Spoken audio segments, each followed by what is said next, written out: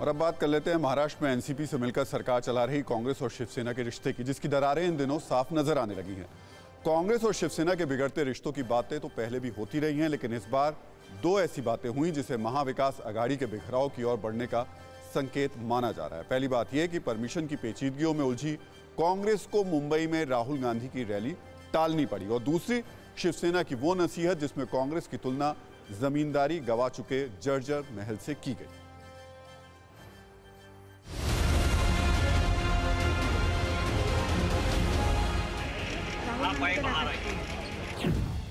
क्या रिश्तों का रंग शहर के नाम से तय होता है?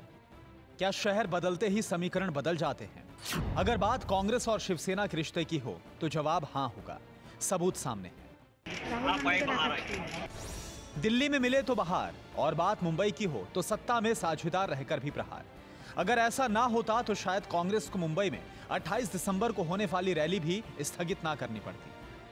मुंबई में पिछले 3-4 दिनों में ज्यादा केसेस पाए गए ओमिक्रॉन इसके वेरिएंट के, और इसलिए एक चिंता का विषय बना हुआ था, और इसलिए हमने राहुल जी के ऑफिस में हमने ये किया। मैंने खुद ने कल आज सुबह मैंने बात की, और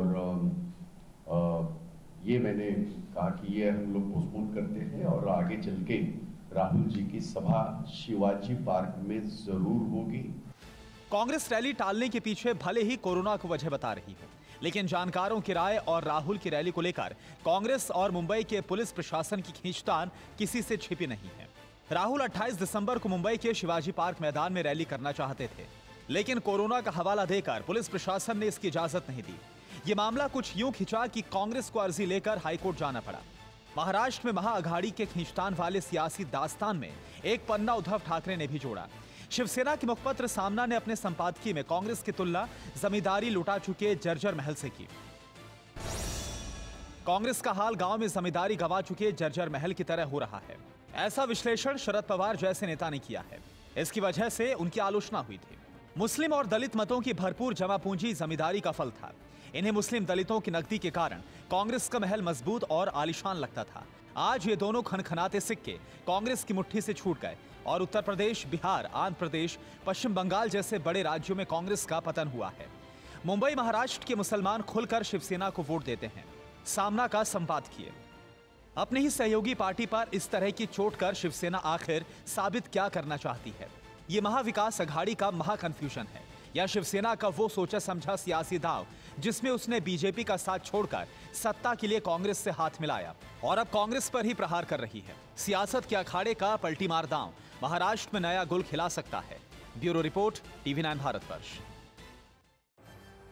तो कांग्रेस का हाल अजीब है। महाराष्ट्र में वो शिवसेना के साथ सत्ता में भागीदार है, लेकिन शिवसेना उस पर खुल्लम खुल्ला वार करती है। दूसरी तरफ है ममता बनर्जी, जो कांग्रेस के हाथों से विपक्षी नेतृत्व की बागडोर भी खींच लेना चाहती हैं। खास बात यह कि शिवसेना हो या ममता, दोनों कांग्रेस को जमींदारों वाली मानसिकता छोड़ने की सलाह दे रही हैं। गोवा में महाराष्ट्रवादी गोमांतक पार्टी के साथ गठबंधन के बाद ममता बनर्जी ने कहा कि कांग्रेस सुस्त जमींदार की तरह बर्ताव कर रही है। हमने गोवा में MGP के साथ गठबंधन किया। कांग्रेस चाहे तो हमारे गठबंधन में आ सकती है। कांग्रेस साथ नहीं आएगी तो कुछ नहीं बिगड़ेगा। कांग्रेस नहीं आएगी तब भी दूसरी पार्टियां आएंगी। गोवा में हुए इस कार्यक्रम में ममता ने हिंदुत्व को लेकर काफी कुछ कहा। मंच से दुर्गा सप्तशती का पाठ किया और अपनी पार्टी TMC की नई परिभाषा भी बताई।